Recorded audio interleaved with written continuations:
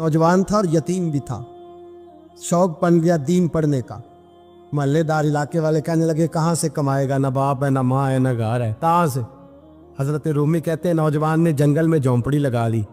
वहाँ वो सुबह मदरसे जाता, शाम को जंगल में रहता, वहाँ अल्लाह अल्लाह करता, सबक याद करता। एक दिन बादशाह की बेटी रास्ता भूल गई, जंगल में आई सहेलियों के साथ, बॉडीगार्ड भी साथ थे पर रास्ता भूल गई। खोती खोती शाम हो गई, ऐसी खोई कि जब रात गहरी हो गई तो आके उस नौजवान के पास रुकी और चिल्लाने लगी। शेर के दहाड़ने की आवाज आती है, भेड़िए के बोलने की आवाज आती है। नौजवान अकेला, सहेलियां बिछड़ गई, गार्ड बिछड़ गए। कहने लगी मैं परेशान हूँ, मुझे जगह मिल जाएगी। नौजवान कहता मैंने शहजादी देखी और मुझे भी पता था कि घर एक ही है और आग को अंदर से दरवाजा भी बंद करना पड़ता है, जंगल जानवर भी आ जाते हैं। कहते मेरी छोटी सी कुटिया में, झोंपड़ी में वो आई, रो के कहने लगी सहारा कोई नहीं, अगर मैं पीछे निकलूंगी तो भेड़िए खा जाएगा। कहते मैंने उसे जगह दे दी। अकेली औरत, चिराग जल रहा है, सबक याद कर रहा हूँ। मेरे नबी पाक ने फरमाया जहाँ मर्द औरत अकेले हो तीसरा शैतान होता है। और शहजादी, वो बच्चा कहता है सबक याद करता रहा सारी रात। वो बच्ची को कहा सो जा, पर वो कहती है नींद मुझे भी कहाँ आई।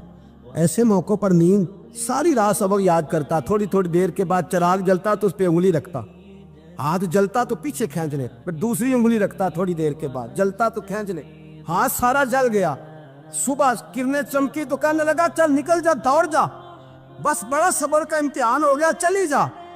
शहजादी बाहर निकली, सिपाही ढूंढ रहे थे। बादशाह खुद जंगल में निकला हुआ था, मेरी बेटी मिल गई। बादशाह तन्हाई में जाके कहने लगा बेटा मैं दुनिया को बताऊंगा कि मेरी बेटी खोई नहीं थी, सिपाही साथ ही थे। ये बड़ा मुश्किल होता है, बेटी तो भूल के भी रात कहीं रह पड़े तो लोग जीने नहीं देते, तो बेटा मुश्किल हो जाएगा मेरे लिए। कहाँ थी? उसने कहा नेक नौजवान के पास। उसने कहा बेटा मैं तो तेरी बात मानूंगा पर दुनिया नहीं मानेगी। अगर उस नौजवान ने किसी को बता दिया कि तू उसके पास थी तो फिर लोग मेरा जीना मुहाल कर देंगे। बेटा मैं मर जाऊंगा, मेरी मजबूरी ये है कि वो कहीं राज ना उगल दे वो नौजवान, उसे कत्ल करना पड़ेगा। औरत ने मिन्नतें की, उस बेटी ने कहा मेरे मौसम को मारोगे, रोई। और वो कहने लगा मैं बादशाह, वो मेरा अपना वकार है, मैं उसको छोड़ नहीं सकता। गिरफ्तार कर लाए सिपाही। वक्त तय हो गया सजा का। अकेले कारकोशरी में रखा गया, जो उसके खास एतबार वाले थे उनकी ड्यूटी लगाई। बादशाह ने बुलाया, पहले बिलम आया। औरत कहने लगी, बेटी कहने लगी एक दफा तो बुलाओ ना, एक सवाल बस पर्दे में रह के पूछना है और फिर जो आपका जी चाहे। मेरे मौसम को मारना तो है, तो मर्जी आपकी। सामने खड़ा किया, नौजवान पर्दे के पीछे, औरत खड़ी हो गई। बादशाह बीच बैठ गया। बीबी कहने लगी सारी रात बेदार मैं भी रही, सोया तू भी नहीं। वो जो तू चिराग के करीब हाथ लगा के जलाता था वो समझ नहीं आई। नौजवान रो पड़ा, कहने लगा क्या करूं, मैंने रसूलुल्लाह का दीन पढ़ा है, क्या करूं, मैंने हुजूर का दीन पढ़ा है। मैंने पढ़ा है कि जानी को सबसे नीचे दोज़ख के सबसे निचले दर्जे में जलाया जाए, उसे जहन्नमियों का पीप और रेशा पिलाया जाए, कंद खिलाया जाए। ये रवायतें पड़ी हुई थी। थोड़ी थोड़ी देर के बाद शैतान मुझे कहता था बदकारी कर ले। मैं अपना हाथ उसी वक्त जब शैतान मशवरा देता तो मैं आग पे करता। मैं कहता अगर ये बर्दाश्त हो गई तो वो भी हो जाए। जब हाथ जलता तो मैं समझ जाता नहीं तुझसे तो ये नहीं बर्दाश्त होती तो वो कैसे हो। फिर मुझे शैतान मशवरा देता कोई देख नहीं रहा, तो बुलाने नहीं गया, खुद आई, मैं दूसरी उंगली लगा देता। मैंने हाथ जलाया और मैं समझ गया जब छोटे से चिराग की इतनी सी शमा की आग नहीं बर्दाश्त होती तो दोज़ख कैसे बर्दाश्त होगी। कहता मैं बाज आया। बादशाह ने ये कहानी सुनी, लफ्ज सुने तो चीख मार के रोया। कहने लगा तालिब इल्म तू तो मेरे नबी का सच्चा गुलाम है, और मेरे रसूल के जो सच्चे गुलाम होते हैं उन्हें फांसियां नहीं दी जाती, उन्हें तख्त पर बिठाया जाता है।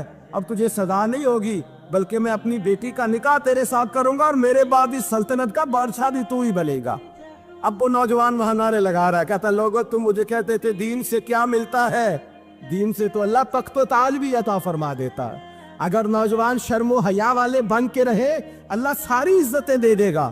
देखे ना अल्लाह के फजल से इज्जत मिलती है, और जब कोई इज्जतदारों जैसा काम ही ना करे। एक बात और अर्ज करनी है पर वक्त थोड़ा रह गया। जवानों मैं ना जब कभी परेशान होता हूँ ना तो मैं ये वाली बात खोल के पढ़ता हूँ वाला, ये बात ढारस बनाती है, ढारस توانائی دیتی ہے, پورا مضمون باندھا ہے. اعلیٰ حضرت کہتے ہیں بہروپیہ تھا, مداری, روپ بدل بدل کے دکھایا کرتا تھا, بادشاہوں سے انعام لیتا تھا. ایک دن اورنگزیب عالمگیر کے پاس آ گیا, کہنے لگا میں روپ بدلوں گا, اگر آپ پہچان نہ سکے تو میں انعام لوں گا.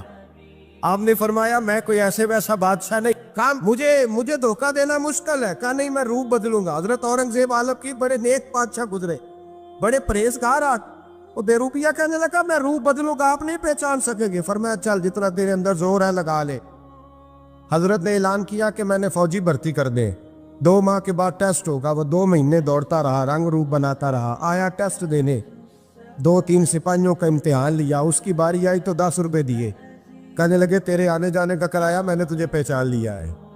کچھ دنوں کے بعد جانے لگے سفر پر, تو بھکاری آ گئے خیرات مانگنے. اس نے بھی سارے منہ پر سیاہی مال لی, کپڑے پھاڑ لیے, سر کے بال مڈا لیے, پگے تک کٹا لی, بدرنگ ہو کے آیا. کاسا آگے کیا تو حضرت نے 10 روپے ڈالے, کہنے لگے تیرے آنے جانے کا کرایہ میں نے پہچان لیا ہے. کچھ دن گزرے تو ٹیچر کی ضرورت تھی. اس نے مونچھیں بڑی کر لی, داڑھی نکلی لگا لی, سر پہ جنا کیپ پہن لی, ایک شیروانی لے لی اور ہاتھ میں چھڑی پکڑ کے آیا. کہنے لگا میں استاد ہوں, 2-4 بندوں کا امتحان لیا, اس کی باری آئی تو 5 روپے دیے, 10 روپے دیے, کا تیرا کرایہ میں نے پہچان لیا. 2 سال گزر گئے. وہ جب بھی آتا حضرت پہچان لیتے. ایک دن سفر پہ جا رہے تھے, بہت بڑا لشکر تھا, جہاد کرنے جا رہے تھے اورنگزیب عالمگیر. تو دیکھا ایک پہاڑی ہے, پہاڑی پہ لوگ جا بھی رہے ہیں آ بھی رہے. اورنگزیب عالمگیر پوچھنے لگے یہاں کیا ہے؟ کہنے لگے بابا جی بیٹھے ہیں دعا کرتے ہیں, اللہ کے نیک بندے ہیں. اورنگزیب کہنے لگے یار پرانے لوگ سارے ہی اللہ والوں کو مانتے, یہ بھی مصیبت آئی ہے جتنی نہیں آئی ہے, سارے لوگ ہی مانتے. کہنے لگے ذرا میں دعا نہ کرا لوں, بچے کام جا رہا ہوں. اورنگزیب بادشاہ تھے, بادشاہ لوگ نازک مزاج ہوتے ہیں. گھوڑے سے اترے, بڑی مشکل سے پہاڑی پہ چڑھے, اوپر گئے تو لائن لگی ہے, بابا جی غار میں بیٹھے. کہنے لگے میں نے ملنا, میں اورنگزیب ہوں. انہوں نے کہا ہمارا بابا اس طرح کا پیر نہیں کہ امیر آئے تو رنگ اور ہو, غریب آئے تو اور ہو, یہاں اگر ملنا ہے تو لائن میں لگ جاؤ, سب ایک جیسے. اب لائن میں کھڑے ہو گئے, 50 آدمی آگے تھے, کہتے ہیں 51واں نمبر تھا. تھک گیا دھوپ میں کھڑا کھڑا. جب میں پہنچا غار کے دہانے تو میں نے بابا جی کے چہرے پہ نظر ڈالی تو بڑا نورانی چہرہ, بڑی خوبصورت لب و لہجہ. میں نے کہا میرے جیسا آدمی بھی پگڑی باندھ لے تو اچھا لگنے لگ جاتا ہے, بڑا خوبصورت انداز. کہتے ہیں میں ان کے پاس اتحیات کی حالت میں بیٹھ گیا. میں نے کہا حضور میں جا رہا ہوں جہاد کرنے, دعا کرنا. بزرگوں نے ہاتھ اٹھائے, اللہ اس کی مدد فرما, دین کو غلبہ عطا فرما, اسے دین کا سچا پکا سپاہی بنا. پھر تھپکی دی, 2-4 نصیحتیں نکال ڈالی, دیکھنا ظلم نہ کرنا, زیادتی نہ کرنا, جب تو جیت کر نہ کرنا, غرور نہ کرنا, نصیحتیں بھی کر دی. کہتے اب جب میں اٹھا تو 2-4 دینار بطور نذرانہ مسلح کے نیچے رکھے, اور الٹے قدم جب میں غار سے اترا انہوں نے رومال جاڑا اور اٹھ کے کھڑے ہو گئے. کہنے لگے آج نہیں تو نے پہچانا, آج نہیں تو نے پہچانا, میرا انعام بنتا ہے, آج نہیں پہچانا, لا پیسے. اورنگزیب کہنے لگا یار تو نے حد کر دی, کہاں چڑھا کہاں کھڑا رہا, دھوپ میں تھک گیا, کمال کر دی بھائی تو نے. بتا تو کیا لے گا, اب تو جلدی بتا, وہ کتنے لوگ پیچھے دھوپ میں کھڑے ہیں, لشکر سارا کھڑا ہے, کیا لے گا؟ اس نے کہا سب سے قیمتی ہیرے وہ ہے جو تیرے سر کے تاج میں لگے ہوئے, مجھے تیرا تاج چاہیے. او بھائیو سننا اور یاد رکھنا, میرے اعلیٰ حضرت کہتے ہیں بادشاہ نے سر کے اوپر سے تاج اتارا, بہروپیے کے قدموں میں رکھا اور کہنے لگے یہ لے, اور یہ تو تیرا مانگنے پر میں نے دیا ہے نا, میں واپس آتا ہوں تو آنا میں اپنی مرضی سے بھی تجھے دوں گا. تو نے اورنگزیب جیسے بندے کو دھوکہ دیا, آنا میں اس وقت بھی دوں گا. وہ دے کر بس بات ختم ہو گئی, حد ہو گئی. دے کر کہتے ہیں جب میں پلٹا نا واپس, بہروپیے نے آواز دی بادشاہ ٹھہر جا. تو میں نے پلٹ کے دیکھا تو کہنے لگے یہ اپنا تاج لے جا, اٹھا اور لے جا. میں نے کہا 2 سال بیت گئے تجھے محنت کرتے, آج قابو آیا تو لے جاؤ. کہنے لگا لے جا, مسئلہ سمجھ میں آ گیا. میں نے کہا مجھے بھی تو سمجھانا. کہتے ہیں وہ پھوٹ پھوٹ کے رویا, اس کی آنکھیں برس پڑی, سیلاب کی طرح آنسو بہہ نکلے, تڑپا اور رو کے کہنے لگا بادشاہ میں نے جھوٹ موٹ رسول اللہ کی غلامی اختیار کی تھی, جھوٹ موٹ کی داڑھی, جھوٹ موٹ کی پگڑی, جھوٹ موٹ کا فقر, میں نے جھوٹ موٹ نبی پاک کا لباس پہنا ہے, تو تیرے جیسے بادشاہوں کے تاج میرے قدموں میں آ گئے ہیں. अगर मैं सचमुच रसूलुल्लाह का गुलाम बनूंगा तो अल्लाह क्या कुछ अता फरमाए, अल्लाह कितनी नेमतों से नवाजे। मेरे आला क्या फरमाते हैं, आला हज़रत फरमाते हैं फरिश्ते भी करते हैं ताज़ीम मेरी। कौन जी? अल्लाह। ऐसा अकीदा भी कम मिलेगा जो बरेली के इमाम का अकीदा है, ऐसा भी कम। कहते हैं फरिश्ते भी करते हैं ताज़ीम मेरी। क्यों? फरमाने लगे फिदा हो के उन पर ये इज्जत मिली। बगदाद के एक दरवेश आलिम थे, तो वो जब भी नमाज पढ़ाते ना तो किसी ताजर की 2 बीवियों के बारे में दुआ मांगते। तवज्जो है मेरी बात पर? नमाज पढ़ाते तो कहते अल्लाह उस ताजर की 2 बीवियों को अपनी खास रहमतें अता फरमा। एक दिन लोग उनके गिर्द इकट्ठे हो गए, कहने लगे बाबा जी बताएं तो सही वो बीवियां कौन थी जिनके लिए आप दुआ मांगते?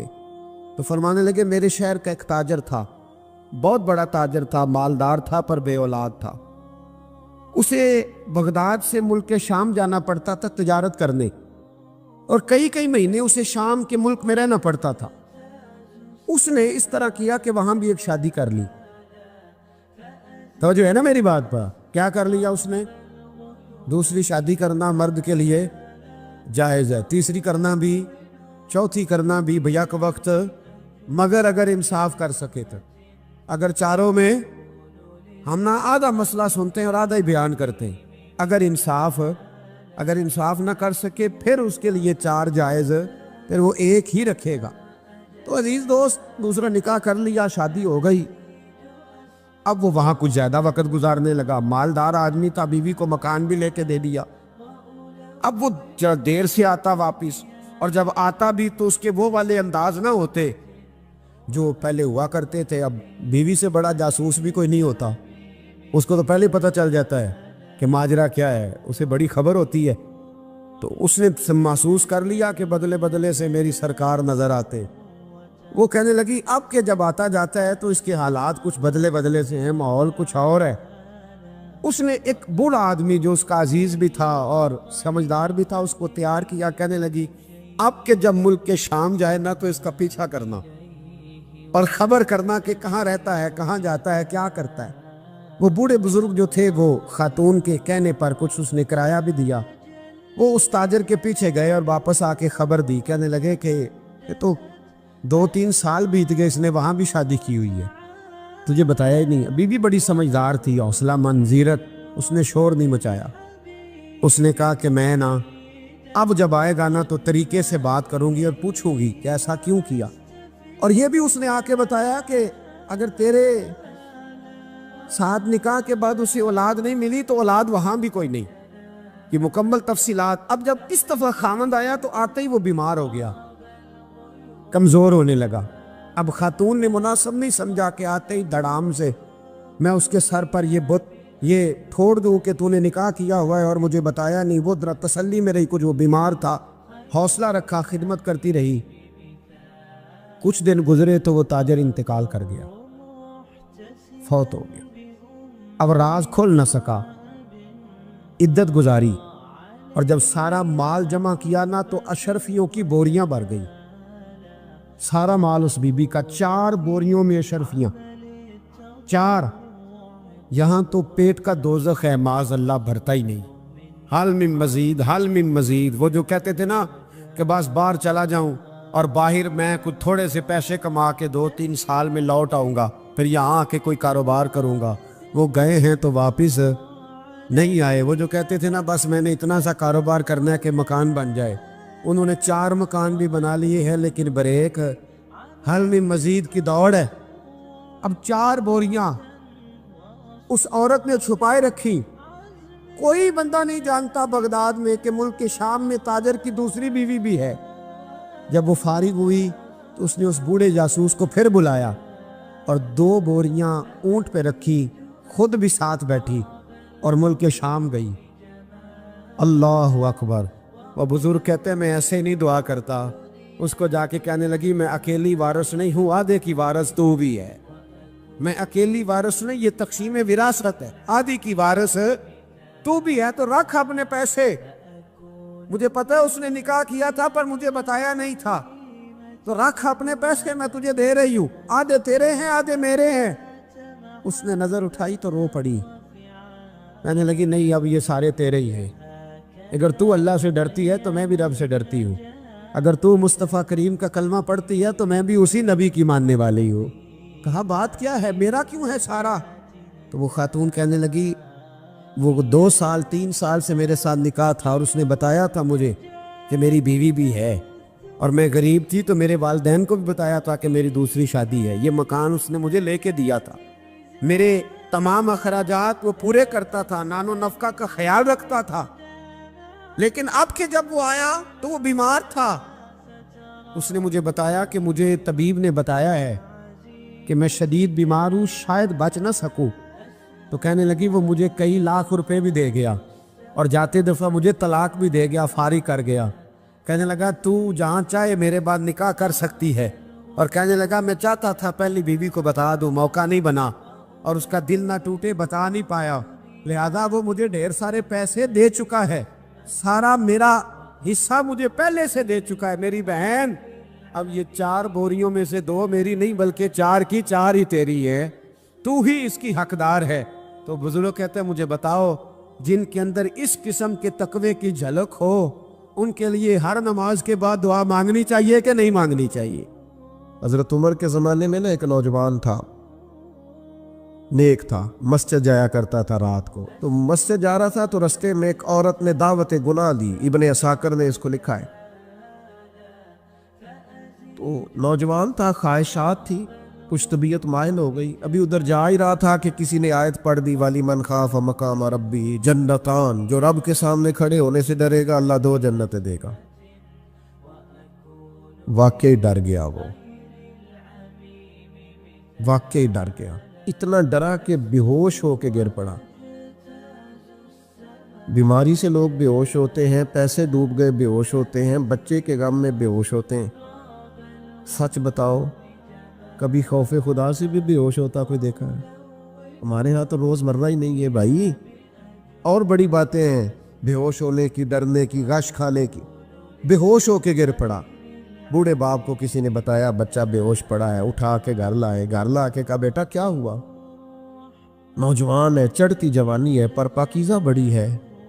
کہنے لگا ابا جی گناہ کی طرف چلا گیا تھا پر میں نے آیت سن لی جو اللہ کے سامنے کھڑے ہونے سے ڈرے گا رب 2 جنتیں دے گا، میں ڈر گیا تھا، رب واقعی 2 جنتیں دے گا۔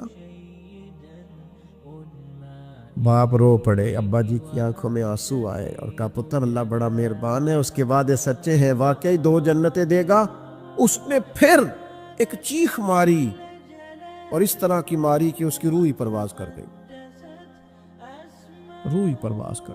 کشتگان خنجر تسلیم را، عشق کی خنجر سے قتل ہو گئے لوگ۔ صبح حضرت عمر کو پتا چلا کہ انہوں نے تو رات جنازہ بھی پڑھ دیا، تدفین بھی کر دی۔ جناب عمر فرمانے لگے اتنا نیک نوجوان خوف خدا سے دنیا سے چلا گیا، مجھے کیوں نہیں بلایا میں جنازہ پڑھتا؟ فاروق اعظم فرما رہے ہیں میرا شوق تھا میں اس کا جنازہ پڑھتا۔ کہ حضور